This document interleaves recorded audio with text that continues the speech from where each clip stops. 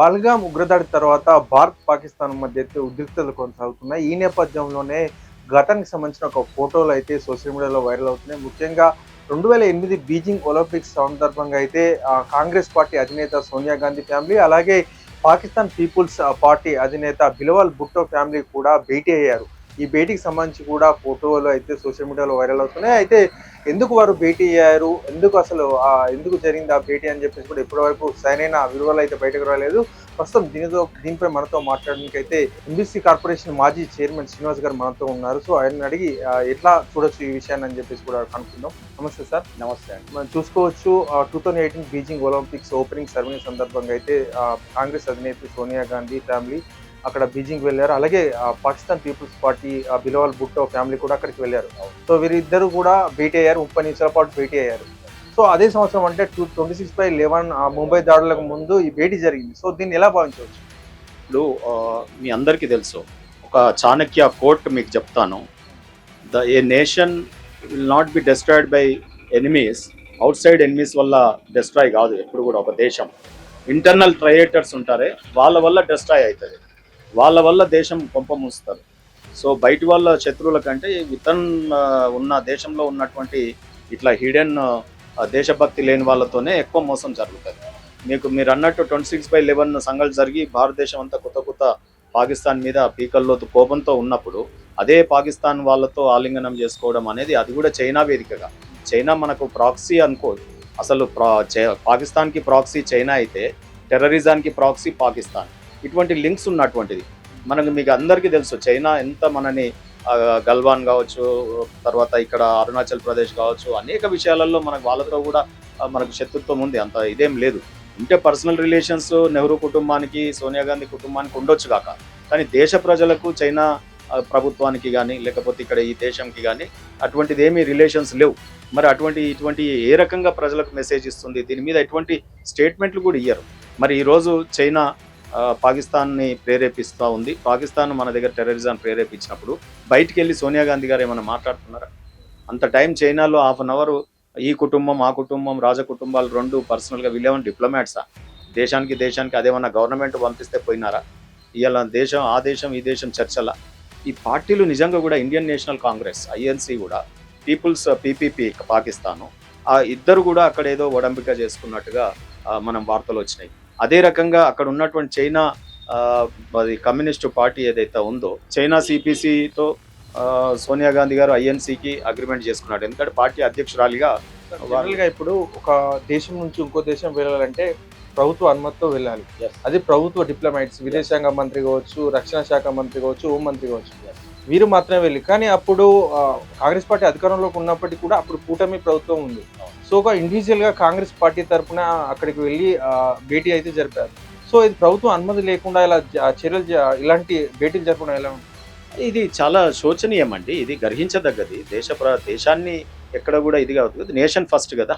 సరే, ఇప్పుడు బెనజీర్ భుట్టో కుటుంబం, అందులో సీనియర్ నాయకులు కూడా ఉన్నారు. పార్టీ రిప్రజెంటేటివ్ రెహమాన్ మాలిక్ ఉన్నాడు, ఇంకొక సీనియర్ నాయకుడు ఉన్నాడు, తర్వాత బిలవల్ భుట్టో యొక్క సిస్టర్, వాళ్ళందరూ ఉన్నారు. సో ఫ్యామిలీ మాట్లాడినారు. బయటికి వాళ్ళు చెప్పేది ఒకటి, కానీ మరి పీపీపీ పార్టీకి వాళ్ళు హెడ్ కదా, ఇక్కడ ఈ ఇండియన్ నేషనల్ కాంగ్రెస్కి హెడ్ కదా, అంటే ప్రజలకు సంబంధం కదా. మరి ఇటువంటి వాళ్ళు కలుస్తున్నప్పుడు మరి ఏ రకంగా మరి దేశం ఈ రకంగా జరుగుతూ ఉంది, మరి టెర్రరిజం అని చెప్పి మాట్లాడినారా? ఆ రకమైనటువంటి సోయి ఉండాలి కదా. సో అక్కడ వాళ్ళకు ఇద్దరు కలయికలు ఏం మెసేజ్ని ఇస్తుంది? రెండోది, చైనాకు మనకు కూడా అనేక సంఘటనలు ఉన్నాయి కదా. అక్కడ పార్టీగా అగ్రిమెంట్లు అయినాయని వినిపిస్తూ ఉంది. మీకు సిపిసి పార్టీతో చైనా కమ్యూనిస్ట్ పార్టీ ఏదైతే ఉందో, అంటే అప్పుడు 2008లో సిపిసి అగ్రిమెంట్ జరిగింది, కానీ దానికి సంబంధించి కూడా ఒక్క విషయం కూడా బయటకి వస్తలేదు. కనీసం ఈమె మరి ట్విట్టర్లో ఇప్పుడు వైరల్ అవుతుంది, కనీసం ఇప్పుడు కూడా ఒక మాట లేదు. మరి ఇంత దేశం అతలాకుతలం అవుతుంది, ఈ సందర్భంలో కూడా ఆమె బయటకు వచ్చి ఎటువంటిది మాట్లాడట్లేదు. అయితే ఇవన్నీ కూడా మనం ఏమంటున్నాం అంటే, వీరితో పాటు ఈ కమ్యూనిస్టులు కూడా అంతే. మీకు తెలియదు కాదు, రెడ్ కలర్ ఉంటే చాలు వాళ్ళకి, మనకు ట్రై కలర్ అక్కర్లేదు. వాళ్ళకు ఎర్ర కలర్ ఉన్న జెండా కనిపిస్తే చాలు. అది చైనా కావచ్చు, మనతో శత్రుత్వం ఉన్నటువంటి టర్కీ కావచ్చు. ఇప్పుడు ఎంత వాళ్ళు యుద్ధంలో మనకు తుర్కిస్తాన్ ఎట్లా చేస్తూ ఉంది మనకి. సో ఆ రకంగా అరుణాచల్ ప్రదేశ్లో ఏమన్నా చేయని వాళ్ళు, మనకి ఎటువంటి ఇబ్బందులు పెట్టని, చైనా బార్డర్లో టిబెట్ దగ్గర ఎన్ని ఇబ్బందులైనా పెట్టని. సార్, ఇప్పుడు ఇలాంటి రహస్య భేటీల వల్ల భద్రత సంబంధించి కావచ్చు, మనకు నేవీ కావచ్చు, ఆర్మీ కావచ్చు, అలాగే వాయుసేన Definitely కావచ్చు, UPA వీళ్ళు కూడా అంటే వారికి ప్రభావితం ఏమైనా చేస్తుందా? ఇట్లా మనం ఇంత కష్టపడుతుంటే వాళ్ళు వెళ్ళి అక్కడ రహస్య భేటీలు జరుపుతున్నారంటే ఏమైనా డెఫినెట్ గా ప్రభావితం చేస్తాయి. ఎందుకంటే మీరు ఒకటి గమనించండి, యూపీఏ ప్రభుత్వంలో సోనియా గారు చైర్పర్సన్, ఆ తర్వాత కమ్యూనిస్టులు దాంట్లో పార్ట్ ఆఫ్ గవర్నమెంట్. మరి ఇటువంటి ప్రైవేట్ కలయికలు, ఇటువంటి వెస్టెడ్ ఇంట్రెస్ట్లు ఉంటే, ఆ దేశాలకు పర్సనల్ ఇంట్రెస్ట్లు ఉంటే, రేపు వీళ్ళు ప్రభుత్వంలో ఉన్నప్పుడు ఏ రకమైన అన్యాయం జరిగి ఉంటుంది మనకి? అనేక సంఘటనలు జరిగే ఉంటాయి. ఇన్ని కాంప్రమైజ్ పాలనే కదా. కాంగ్రెస్ అంతా ఏంటి? Appeasement, compromise. ఎవరితో కాంప్రమైజ్? పాకిస్తాన్తో.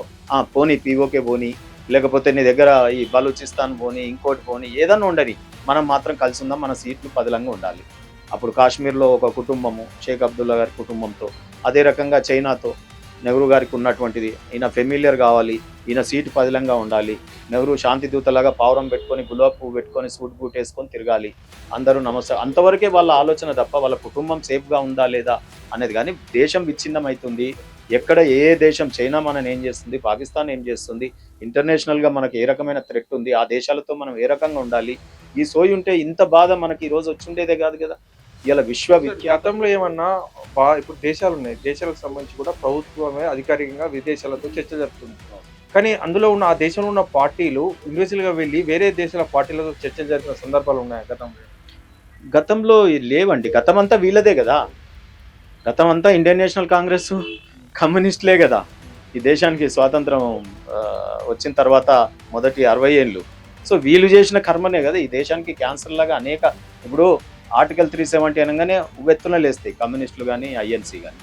మళ్ళా దేశంలో అనేక చట్టాల మార్పు గురించి మాట్లాడినప్పుడు ఉవ్వెత్తున లేస్తాయి. మరి ఇటువంటి అప్పుడు ఎందుకు మాట్లాడదు? ఎక్కడుంది ఈరోజు కాంగ్రెస్ కానీ, కమ్యూనిస్టులు కానీ?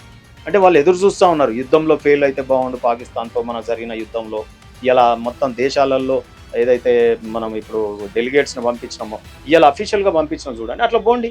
ఇప్పుడు కాంగ్రెస్ పార్టీని అడిగినాం కదా అఫీషియల్గా, ఎంఐఎంను కూడా పంపినాం కదా, ఆ రకంగా అఫీషియల్గా పోండి పార్టీలు.